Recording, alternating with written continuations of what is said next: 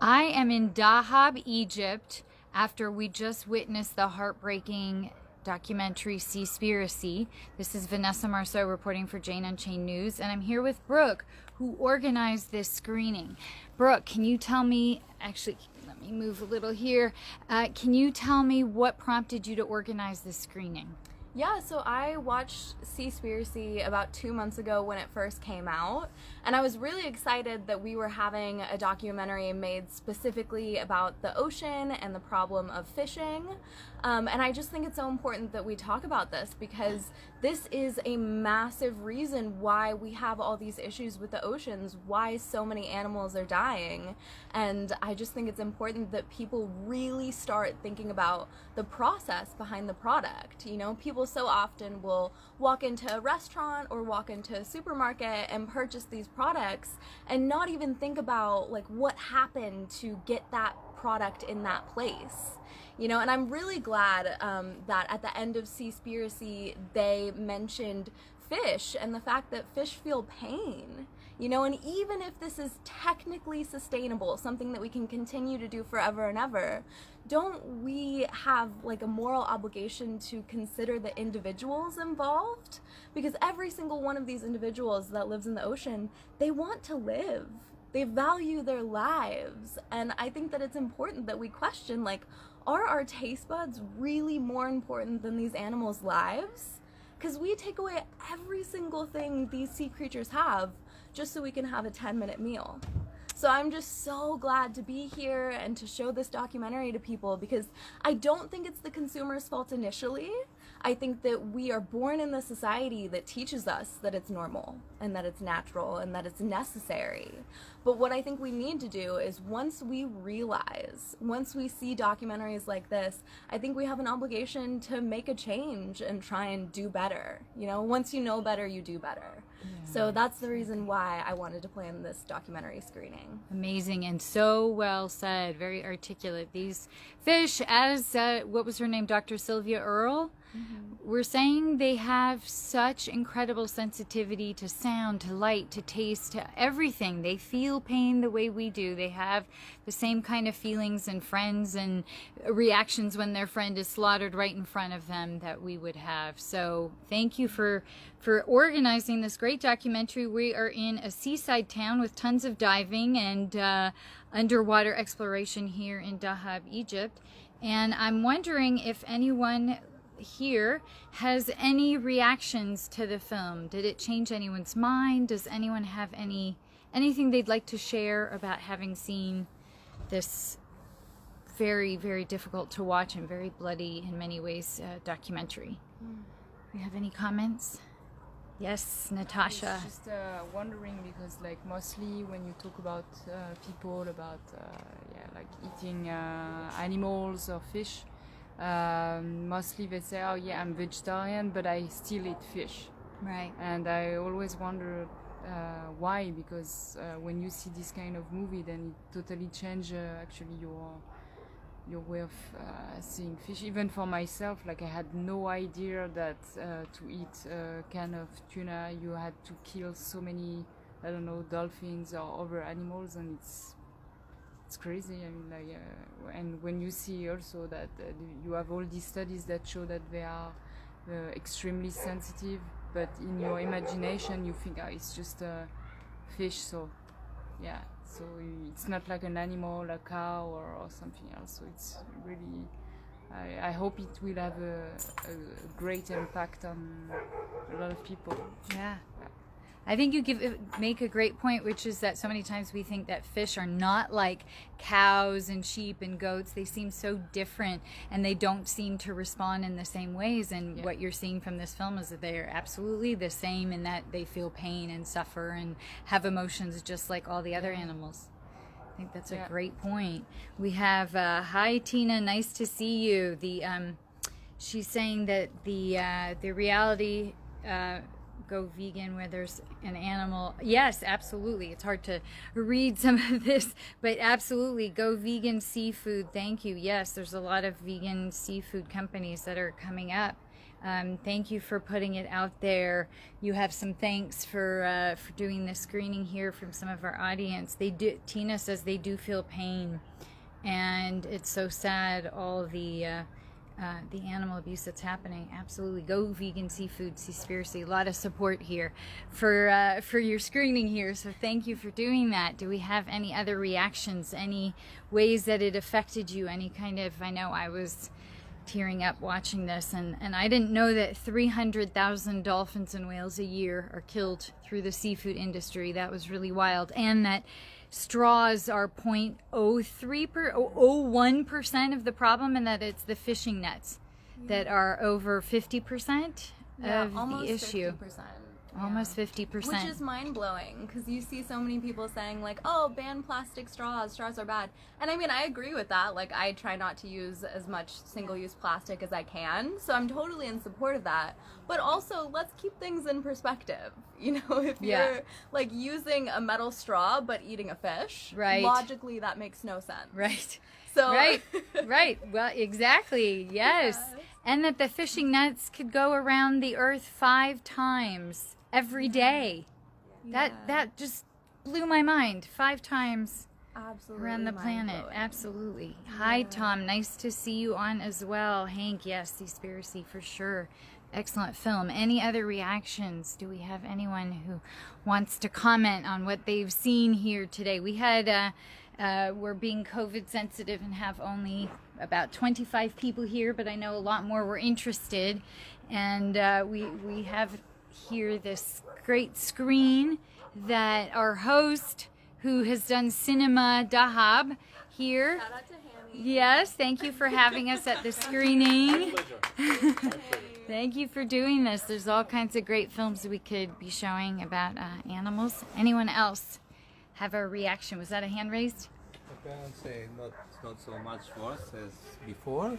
I think this movie will force me to eat, maybe not to stop eating fish, but I think at least eat less, more rare, and think about it, what we just watched, when I will eat it again. So it's going to have an impact on how you eat going forward then. Yeah, even before I realized that this fish business is not clear, but now it's this is for information make me now it's more clear for me. Good. You see the whole impact in so many ways on the planet, the environment, other animals, what the fish feel. Absolutely. Thank you for that. And Tom is saying that Paul McCartney is encouraging people to watch this film. That's pretty awesome that Paul McCartney is doing that. And yeah, thank you for taking it in and for allowing it to affect you and to question how you're going to be eating from now on. Any other thoughts, reactions? Anyone? Yes. Let me come over here. I think I'm not gonna add so much, but I think he has the same. I was surprised about the solution could be stop eating fish at all, because so we can let the fish to rebound again. I mean, they always say about sustainable ways of fishing, and it looks like all of this was fake actually. Right. And I mean, plastic, yeah, they talk about plastic a lot, and yeah, it causes a lot of problems, but I mean, this is not the only big problem. Actually, the big one is fishing, you know. And yeah, of course, the nets. So I mean, I was discussing with my friends, like, we can consider stop eating fish a little bit. Wow, that's amazing! Oh, very wonderful to hear. Not only, as she said, we don't like when we try to fish or catch a fish. It's not only about this kind of fish. We make a lot of bycatch. Yeah. So we kill a lot of other species in the middle, you know. And I was really taken by killing these dolphins to stop them from eating the fish. Yeah. This is really crazy, you know? Right. It's their food. It's how they live, and we're going to kill them so they can't eat what they usually eat. Yeah, I mean, we are destroying their lives so we can live, and actually by destroying them, we are destroying our lives. Yes. So we're going to die by the end. So. Absolutely. We are killing ourselves by doing this. Yeah. Absolutely. So really, the movie is awesome and Wonderful. Yeah. Oh, it's changing hearts and minds. So yeah, great really, to hear. Changed a lot because I've been thinking and changing my lifestyle by stopping using plastic. And yeah, that's good anyway. Yeah. But I can see this is not gonna make that big difference to the ocean at least. Yes. I mean, we have to really to give them some time to rebound again. Yes, exactly. For the coral reefs to come back. I didn't know that the Yes. coral reefs need the excrement from the fish in order to keep living and populating. And we have like to believe in their intrinsic value for living. Yes. As you said, you know, they have Yeah. right to live anyway. Yeah, So yeah. Exactly. That is so true. They have just as much a right to live as we do, and they're not trying to kill us, but we are killing them, and it is definitely affecting us. we are killing every animal. We are on the killing planet. every animal. we are. There's a meme that We're I've a always disaster here.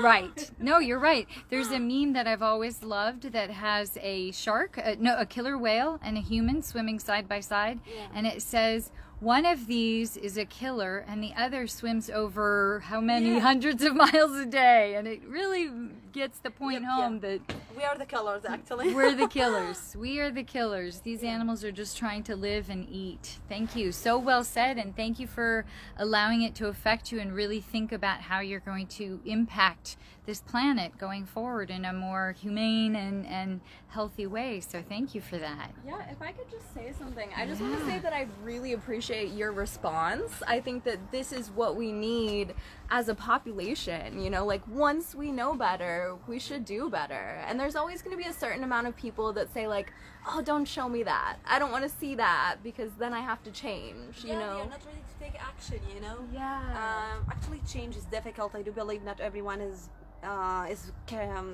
brave enough to change, or even so they don't see these things, you know, because they don't want to think even about that. Yes.